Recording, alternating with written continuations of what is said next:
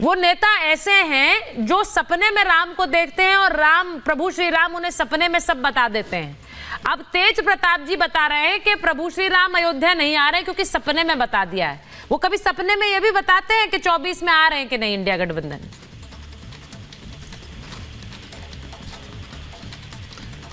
तेज प्रताप जी विशेष बता पाएंगे, जो कुछ उनका एक्सपीरियंस रहा है। हम लोग तो ये समझते हैं कि ये आस्था का विषय है और इतनी जद्दोजहद मची हुई है, ये समझ से परे है। राम भगवान सबके हैं, उनके आदर्श सबके हैं। कोई किसी धर्म में आस्था रखकर अपना काम कर सकता है। जिनको श्रद्धा है, निष्ठा है, वो उस दिन जाए। बहुत भीड़ है, उस दिन नहीं पहुंच पाएंगे, उसके बाद लगातार जाए। प्राण प्रतिष्ठा का समारोह हो रहा है, सबके लिए हर्ष की बात है। मंदिर बनता है, सबका सहयोग उसमें मिलता है। लेकिन ये समझ से परे है कि भाई मार्केटिंग क्यों हो रही है इसकी। रविशंकर प्रसाद, देखिए नीतीश कुमार जी को जहां तक निमंत्रण मिलने का सवाल है, 21 तारीख को नीतीश कुमार जी को समस्तीपुर में एक मेडिकल कॉलेज का उद्घाटन करना, 22 तारीख को भी कार्यक्रम लगे हुए हैं। लेकिन अभी तक अंतिम फैसला नेता की तरफ से नहीं आ पाया है कि वो शामिल हो पाएंगे या नहीं हो पाएंगे। कि हम लोग बायस्ड लोग नहीं है सुचरिता जी, नहीं। बहुत सारे लोग बायस्ड होते हैं। अगर वो पूजा पाठ में सम्मिलित होते हैं, तल्लीन होते हैं, तो उसकी मार्केटिंग में लग जाते हैं कि उनसे बड़ा पुजारी कोई है ही नहीं।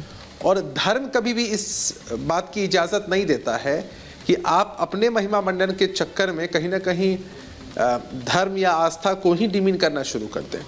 अभी रविशंकर प्रसाद जी यहाँ से बता रहे थे कि रामलला का केस मैंने लड़ा। भाजपा की एक नेत्री कह रही थी कि भाई मोदी जी की वजह से राम भगवान का मंदिर बना। तब तो यही बात हो गई ना कि माननीय सर्वोच्च न्यायालय के फैसले को भी आप ओवररूल करके अपने नेता के महिमा मंडन और मार्केटिंग में लगे हुए हैं।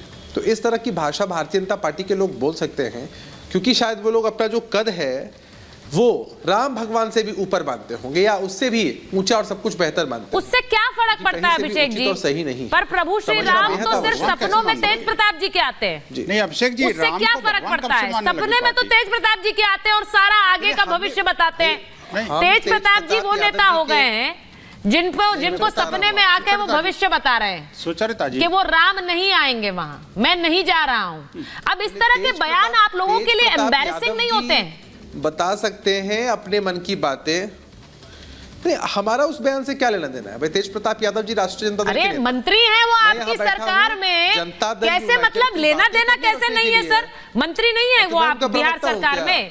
नीतीश जी चीफ मिनिस्टर है तो उनके मंत्री हैं। सुचरिता जी, मैं उनका प्रवक्ता तो नहीं हूँ। बिल्कुल नहीं है सर। तेज प्रताप यादव जी ने क्या कहा बेहतर वो एक्सप्लेन कर सकते हैं। राष्ट्रीय जनता दल के प्रतिनिधि आते तो बताते साफ तौर पे। मैं यहाँ जनता दल यूनाइटेड की बातें रखने और कहने आया हूँ। आपने डिबेट ऑर्गेनाइज किया, आपने सवाल पूछा, मैं बता रहा हूँ। अब उनका मंतव्य क्या है किसी इशू को लेकर के बेहतर वो बताएं। उनको पूरा करने में लगी हुई है। आधिकारिक चीजें बतानी चाहिए ना, आधिकारिक चीजें समझनी चाहिए कि आखिर हो क्या रहा। आज जिस तरह के दृश्य सामने आ रहे हैं, जिस तरह का द्वेष का वातावरण फैलाया जा रहा है, जिस तरह से मारपीट की घटना घटी है, क्या ये स्वीकार योग्य है? क्या मर्यादा पुरुषोत्तम भगवान श्री राम ने हमको इसी का पाठ पढ़ाया? नहीं पढ़ाया इसका पाठ। मारपीट मसला तो वही हो गया कि भाई चीजें आप अपने हिसाब से मैनिपुलेट करके बताते रहेंगे, दृश्य सामने आएंगे तो ये चीजें क्या एक्सेप्टेबल होंगी? नहीं। विनोद जी वो कह रहे हैं कि राम नहीं आएंगे क्योंकि ये एक पॉलिटिकल इवेंट है। हाँ बोलिए बोलिए। नहीं, अच्छी बात है, अगर राम नहीं आएंगे तो इनको भी नहीं आना चाहिए ना। ये इनको तो भारत छोड़ के चला जाना चाहिए, ऐसा लग रहा है। जिसको राम पर भरोसा नहीं है वो उसको किसी और पर भरोसा कैसे हो सकता है? आप मुझे बताइए, तो वो पार्टी है ना जो कि मिशन 2047 को पूरा करने में लगी हुई है। PFI का मिशन है ना जी, वो उसको पूरा करने में अंदर खाने लगे हुए हैं। वो तो धन्य है अपने इसका NIA का, जिन्होंने एक्सपोज कर दिया। मस्जिद मदरसों में जो बम बनाने वाले लगे हुए हैं वो उसको पटाखे बता करके रोजाना फुड़वा रहे हैं। कई आतंकवादी मर चुके हैं लेकिन उनको फिर आतंकवादी नहीं बता रहे। आप देखिए कि जो बॉर्डर एरियाज हैं वहाँ पर दलितों की, महादलितों की क्या स्थिति है, किससे छुपी हुई है।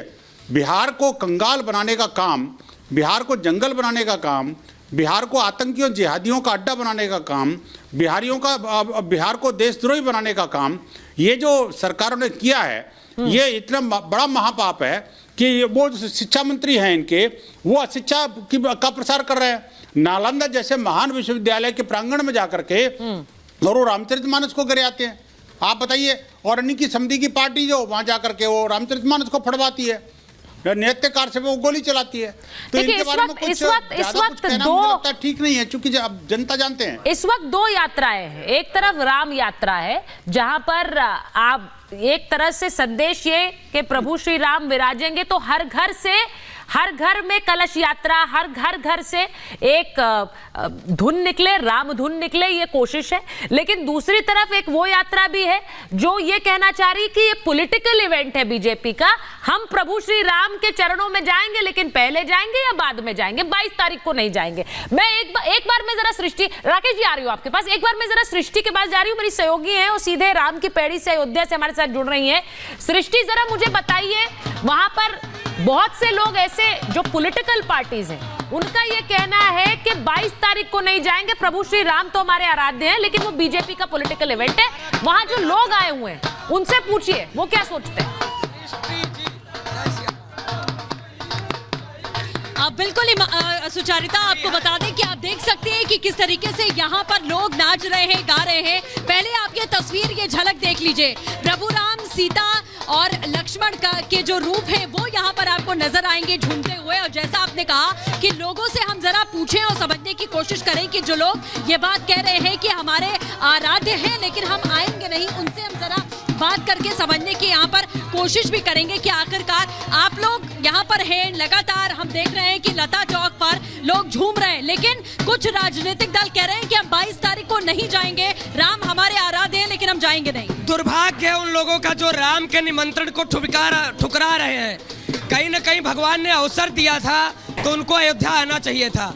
हमारे एक संत बड़ी सुंदर बात कहते हैं, जिसको नहीं है बोध तो गुरु ज्ञान क्या करे, निज रूप को जाना नहीं तो पुराण क्या करे, करके दया दयालु ने मानुष जन्म दिया और बंदा न करे भजन तो भगवान क्या करे।